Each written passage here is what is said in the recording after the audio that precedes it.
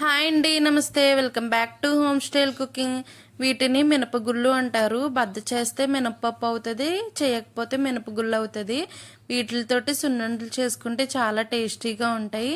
మా ఇంట్లో ఎప్పుడు పాత పద్ధతిలోనే చేస్తారు. ఇలాగ ఒక పీట మీద ఇలాగ గుళ్ళు అనేవి ఫ్లో చేస్తే రాళ్ళేమో పైకి ఉండిపోతే ఇలా క్లీన్ చేసుకోవాలి. ఇవి క్లీన్ చేసుకున్న తర్వాత వీటిని ఫ్రై చేసుకోవాలి. పొయ్యి మీద చేసుకుంటే ఇంకా టేస్టీగా ఉంటాయండి.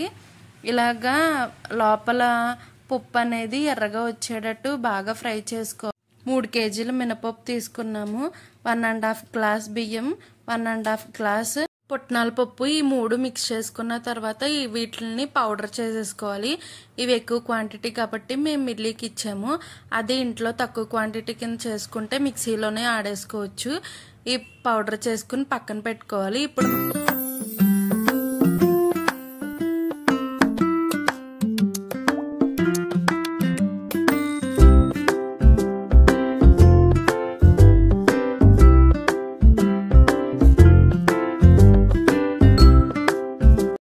డైలీ ఒక సున్నుండ తింటే చాలా బెనిఫిట్స్ ఉన్నాయి.